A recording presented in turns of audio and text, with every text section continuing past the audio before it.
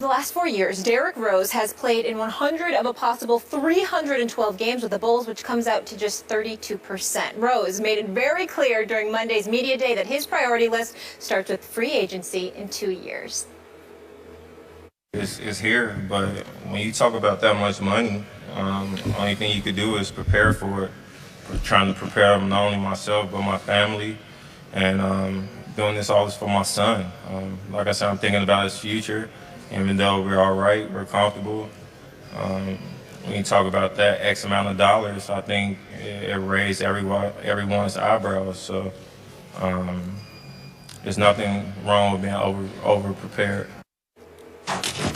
Stephen A., are you okay with Derrick Rose talking about free agency right now?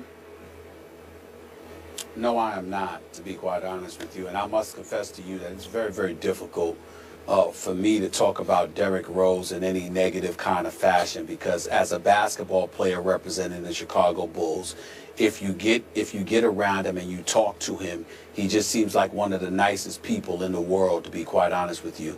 But when you listen to some of the comments that he makes, it makes absolutely no sense whatsoever. Derrick Rose has been in the league for 6 years. A couple of years ago, obviously, he had that devastating knee injury. Skip Bayless, in the 2011-2012 season, he missed 43 games. 2012, 2013, he was out the whole year. Okay, 2013, 2014, he missed 72 of the 82 games. And last year, he missed another 31 games. We were just relieved to see him play in the playoffs.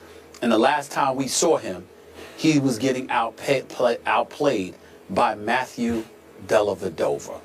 True. So I'm sitting here and I'm saying, considering all of this and the fact that you got paid $93 million by the Chicago Bulls, I have no problem with him thinking about his future, thinking about the well-being of his family, etc. But you know something?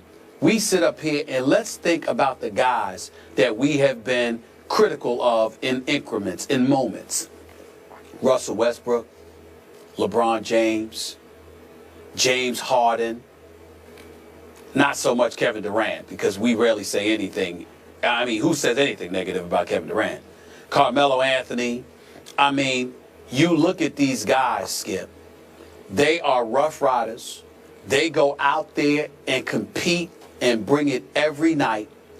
They don't cheat the fans. I don't care how much James Harden struggled the last time we saw him against Golden State. He played a hellacious game in Game 5 of that series, and there was games sporadically where he showed up. So, yeah, he didn't have the kind of series his talents demand, but he didn't cheat anybody. You know what I'm saying?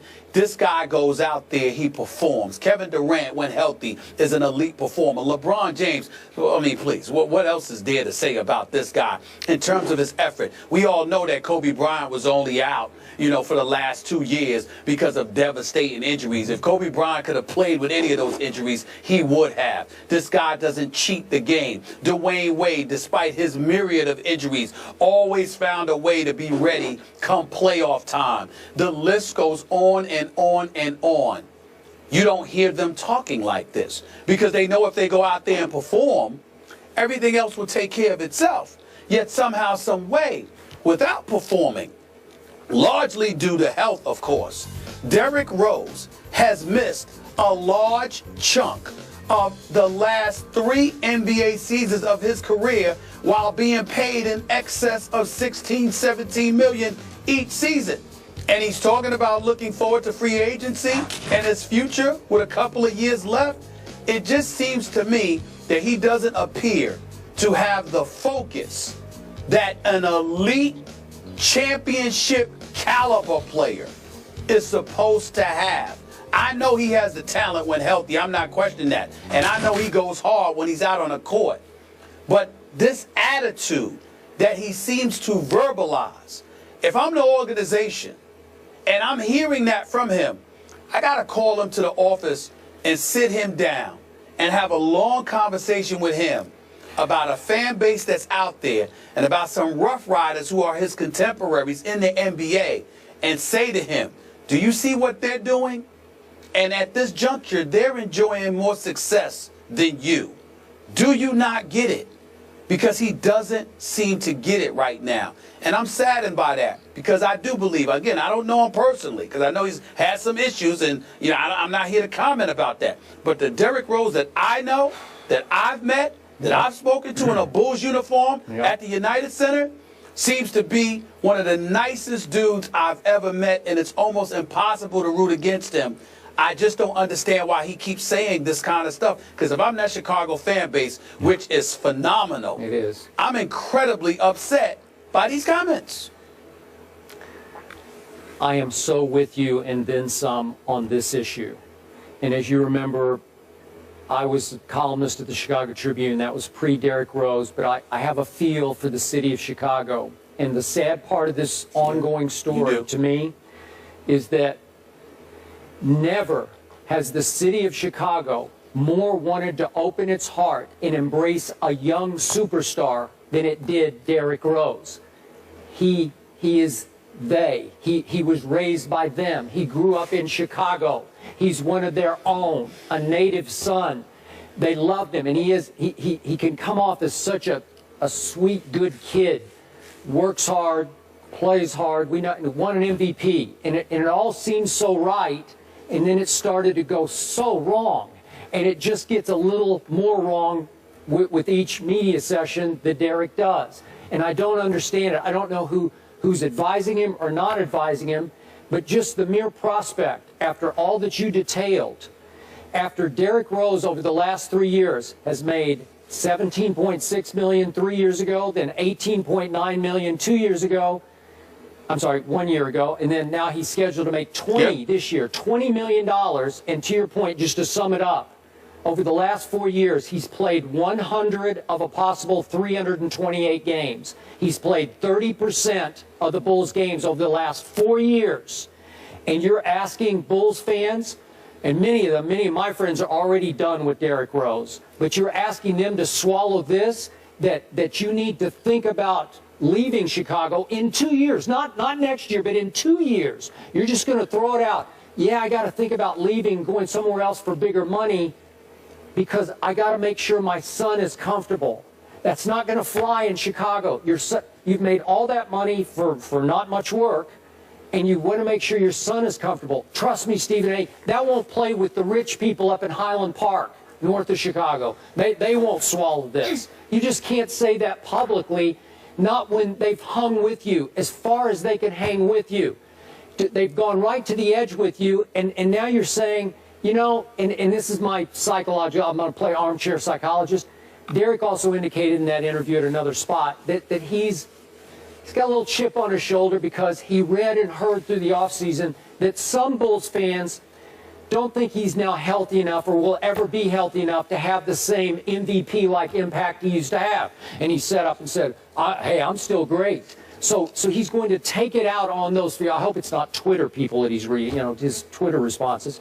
But he's going to take it out on them by dangling the prospect, I gotta position myself here. I might have to leave Chicago.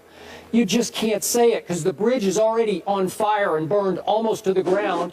And now you just poured gasoline on top of what's left of the bridge with the fire underneath it. I don't know what he's thinking, but this is going to do him in before you know it in Chicago, because there's not much love left for him.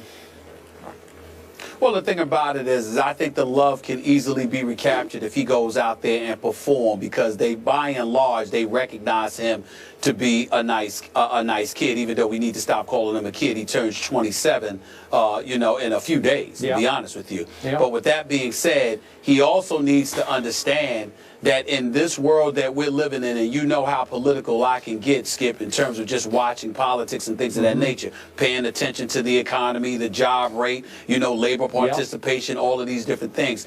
You signed a $93 million contract and you're talking about worrying about your kid. Well, somebody's going to ask you, what the hell are you doing with your money?